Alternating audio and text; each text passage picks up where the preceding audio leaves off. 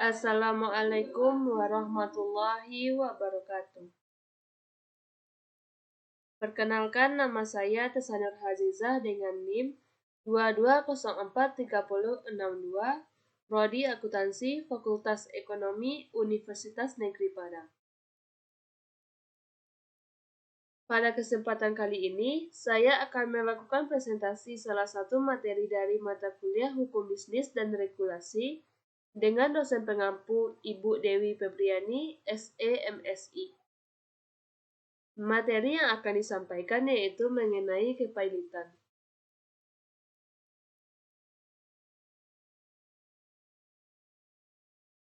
Yang pertama, pengertian kepailitan. Pailit dapat diartikan sebagai suatu keadaan di mana debitur dalam keadaan berhenti membayar utang karena tidak mampu.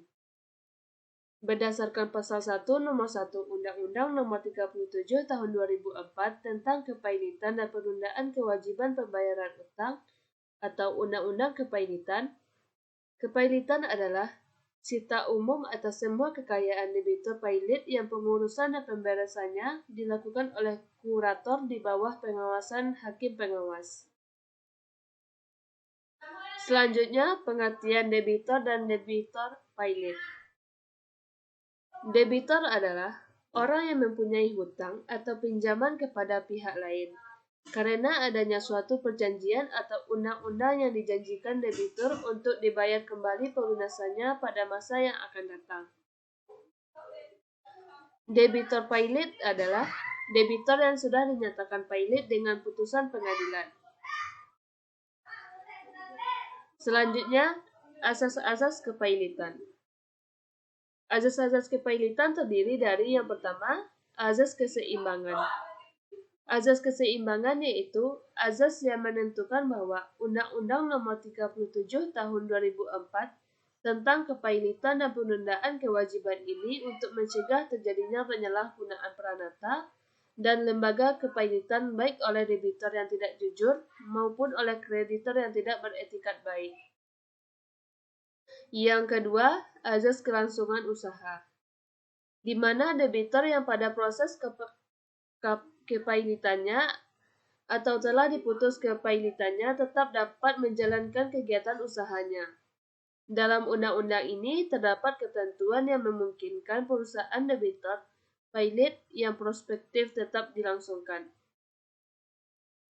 Yang ketiga, azas keadilan. Azas keadilan ini untuk mencegah terjadinya kesewenang-wenangan pihak penagih yang mengusahakan pembayaran atas tagihan masing-masing terhadap debitur dengan tidak mempedulikan kreditor lainnya. Yang keempat, asas integrasi. Asas integrasi dalam undang-undang ini mengandung pengertian bahwa sistem hukum formil dan hukum material merupakan satu kesatuan yang utuh dari sistem hukum perdata dan hukum secara perdata nasional. Selanjutnya, tujuan kepailitan. Adapun tujuan dari kepailitan yaitu yang pertama, untuk menjamin pembagian yang sama terhadap harta kekayaan debitur di antara para kreditornya. Yang kedua, mencegah agar debitur tidak melakukan perbuatan-perbuatan yang dapat merugikan kepentingan para kreditor. Yang ketiga, memberikan perlindungan kepada debitur yang beretikat baik dari para kreditornya dengan cara memperoleh pembebasan utang. Selanjutnya, dasar hukum kepailitan. Adapun dasar hukum kepailitan yang pertama yaitu Undang-Undang Nomor 37 Tahun 2004 tentang kepailitan dan penundaan kewajiban pembayaran. Yang kedua, Undang-Undang Nomor 40 Tahun 2007 tentang perseroan terbatas. Yang ketiga, Undang-Undang Nomor 4 Tahun 1996 tentang hak tanggungan dan Undang-Undang Nomor 42 Tahun 1992 tentang jaminan fidusia. Yang keempat, pasal-pasal yang terdapat dalam Kitab Undang-Undang Hukum Perdata, yaitu pasal 1131 sampai 1134. Yang kelima, Beberapa undang-undang lainnya yang mengatur mengenai BUMN, Undang-Undang Nomor 19 Tahun 2003, Pasar Modal, Undang-Undang Nomor 8 Tahun 1995, Yayasan, Undang-Undang Nomor 16 Tahun 2001, dan Koperasi, Undang-Undang Nomor 25 Tahun 1992. Selanjutnya, syarat-syarat kepailitan. Adapun syarat-syarat dari kepailitan yang pertama yaitu adanya debitor yang tidak membayar hutang. Yang kedua, adanya lebih dari satu kreditor. Kreditor adalah orang yang mempunyai piutang karena perjanjian atau undang-undang yang dapat ditagih di muka pengadilan. Kreditor di sini mencakup baik kreditor konkuren, kreditor separatis, maupun kreditor preferen. Yang ketiga, adanya lebih dari satu utang. Jika utang hanya satu, maka kepailitan tidak dapat diajukan. Yang keempat, minimal satu utang sudah jatuh tempo dan dapat ditagih. Ada utang yang telah jatuh waktu dan dapat ditagih artinya adalah kewajiban untuk membayar utang yang telah jatuh waktu, baik karena telah diperjanjikan, karena percepatan waktu penagihannya sebagaimana diperjanjikan, atau karena pengenaan sanksi atau denda oleh instansi yang berwenang. Yang kelima, dinyatakan pailit dengan putusan pengadilan. Selanjutnya, pihak-pihak yang dapat melakukan permintaan kepailitan. Pihak-pihak yang dapat melakukan permintaan kepailitan yaitu yang pertama, kreditur. Salah satu pihak yang dapat mengajukan permohonan pernyataan pailit adalah seorang kreditur atau lebih sepanjang debitur memiliki dua atau lebih kreditor dan tidak membayar utangnya. Yang kedua, debitor. Debitor yang mengajukan permohonan pailit terhadap dirinya harus dapat mengemukakan dan membuktikan bahwa debitor memiliki lebih dari satu kreditor. Selain itu, debitor harus bisa membuktikan bahwa ia tidak membayar utang kreditor yang telah jatuh waktu dan dapat ditagih. Yang ketiga, Bank Indonesia. Pengajuan permohonan pailit bagi bank sepenuhnya merupakan kewenangan Bank Indonesia dan semata-mata didasarkan atas penilaian kondisi keuangan dan kondisi perbankan secara keseluruhan. Yang keempat, Badan Pengawas Pasar Modal. Badan Pengawas Pasar Modal juga mempunyai kewenangan penuh dalam hal pengajuan permohonan pernyataan pailit. Dalam hal debitor adalah perusahaan efek, bursa efek, lembaga clearing dan penjaminan, dan lembaga penyimpanan dan penyelesaian. Yang kelima, Menteri Keuangan. Dalam hal debitor adalah perusahaan asuransi, perusahaan reasuransi, dana pensiun, atau badan usaha milik negara yang bergerak di bidang kepentingan umum. Permohonan pernyataan pailit hanya dapat diajukan oleh Kementerian Keuangan. Yang keenam, kejaksaan demi kepentingan umum. Kejaksaan dapat mengajukan permohonan pailit dengan alasan untuk kepentingan umum. Yang dimaksud dengan kepentingan umum di sini adalah kepentingan bangsa dan negara atau kepentingan masyarakat luas. Misalnya, debitor melarikan diri. Yang kedua, debitor menggelapkan bagian harta kekayaan. Yang ketiga, debitor mempunyai utang pada badan usaha milik negara atau badan usaha lain yang menghimpun dana dari masyarakat. Yang keempat, debitor mempunyai utang yang berasal dari penghimpunan dana dari masyarakat luas. Yang kelima, debitor tidak beretikat baik atau tidak kooperatif dalam menyelesaikan masalah utang piutang yang telah jatuh waktu. Atau dalam hal lainnya menurut kejaksaan merupakan kepentingan umum.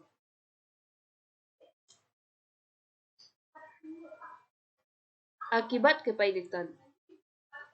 Dengan menjatuhkan putusan pailit oleh pengadilan niaga, Debitur demi hukum kehilangan haknya untuk berbuat sesuatu terhadap penguasaan dan pengurusan harta kekayaan yang termasuk dalam kepailitan, terhitung sejak tanggal kepailitan itu terjadi.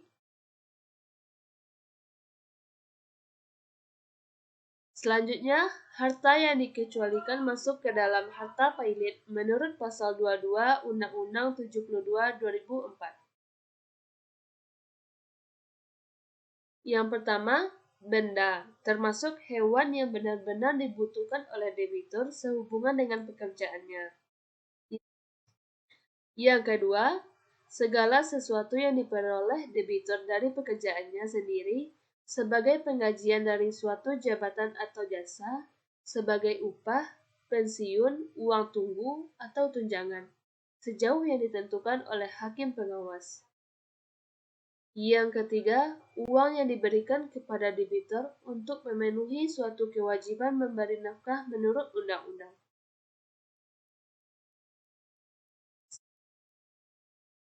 Selanjutnya, penundaan kewajiban pembayaran utang atau PKPU.